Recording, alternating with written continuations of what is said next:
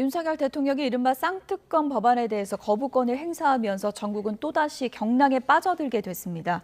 야당은 윤 대통령이 배우자에게 사실상 사면권을 행사했다며 강하게 반발했고, 여당은 총선용 악법을 거부하는 건 당연하다면서 즉시 재표결을 요구하고 있습니다. 취 기자 연결합니다. 나혜인 기자.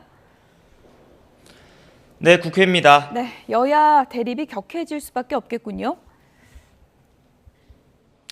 네, 윤석열 대통령이 김건희 여사 주가 조작 연루 의혹과 대장동 50억 클럽 의혹 규명을 위한 이른바 쌍특검 법안에 대해 거부권을 행사하자 야당은 거세게 반발하고 있습니다.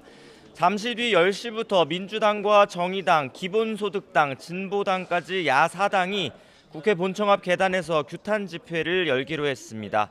특검법 거부권 행사는 대통령 배우자의 수사를 막는 사실상의 사면권 행사로 권한 남용이라고 목소리를 높일 예정입니다.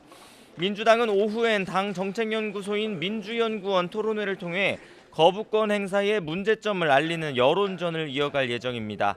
다음 주엔 전문가들을 초청해 간담회를 열고 대통령의 거부권 행사를 헌법재판소에서 권한쟁의 심판으로 다툴 수 있는지 의견을 수렴할 예정입니다.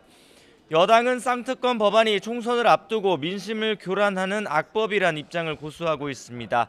윤재욱 원내대표는 조금 전 원내대책회의에서 민주당이 검토하겠다는 권한쟁의 심판 청구 역시 총선까지 특검 정국을 이어가겠다는 악의적인 전략이라고 비난했습니다. 문제 있는 법에 제2요구권을 행사하는 건 헌법이 정한 대통령의 정당한 권한이고 여기에 이의가 있으면 역시 헌법에 따라 국회에서 재의결을 하면 된다는 겁니다. 다수 의석을 앞세워 거부권 행사에 권한쟁의 심판을 청구하겠다는 건 헌정사상 유례도 없고 법적 근거도 없다며 민주당이 선거 승리를 위해 헌법을 무시하고 있다고 주장했습니다. 여당은 윤 대통령이 거부권을 행사하면서 오는 9일 예정된 본회의에서 바로 쌍특검 법안을 다시 표결하자는 입장입니다. 반면 민주당은 서두를 게 없다는 입장이어서 표결 시점을 두고도 여야의 줄다리기가 예상됩니다. 네, 민주당 이재명 대표 소식도 좀 알아보죠. 당무 복귀 의지가 강하다고 전해졌는데요. 지금 건강 상태는 어떤 건가요? 네, 피습 사건 이후 나흘째 서울대병원에서 회복 중인 이재명 대표는 식사도 하고 의사소통도 가능하지만 여전히 안정이 필요해서 면회는 제한된 상태입니다.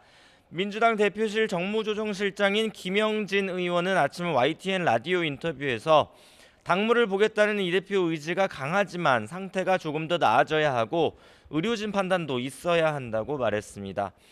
다행히 성대나 기도 같은 주요 기관에는 손상이 없어서 앞으로 2주 안에 움직일 수 있는 정도까지 회복이 되면 정상적으로 당무를 볼 수 있을 거라고 내다봤습니다. 총선을 앞두고 공천관리위원회 구성 같은 당면한 업무는 당에서 절차에 따라 진행할 거라고 덧붙였습니다. 민주당 내부에선 이 대표 피습 직후 서울대병원 이송 과정을 두고 논란이 있는 상황에 관해 곤혹스러운 또 불쾌한 반응이 나옵니다. 부산대병원에서 응급처치를 잘 받았고 필요에 따라 정상적인 절차를 거쳐 서울대병원으로 옮긴 것을 문제 삼는 건 악의적이라는 겁니다. 당 핵심 관계자는 아침 YTN과 통화에서 의료진의 동의도 받았고 절차상 헬기 이송이 가능한 상황이었다며 논란을 부풀리는 건 지역 감정을 부추기는 치사한 짓이라고 격앙된 반응을 보였습니다. 어제 광주에서 5.18 정신을 강조한 국민의힘 한동훈 비대위원장은 오늘 경기도 수원을 찾습니다.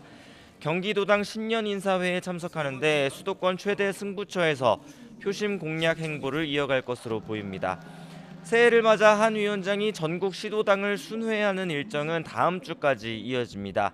이런 가운데 한 위원장은 당헌 당규에 따라 오는 10일까지 공천관리위원회를 구성해야 합니다. 공천관리위원장을 누구로 낙점할지 막판 고심을 이어가는 것으로 전해졌습니다. 지금까지 국회에서 전해드렸습니다.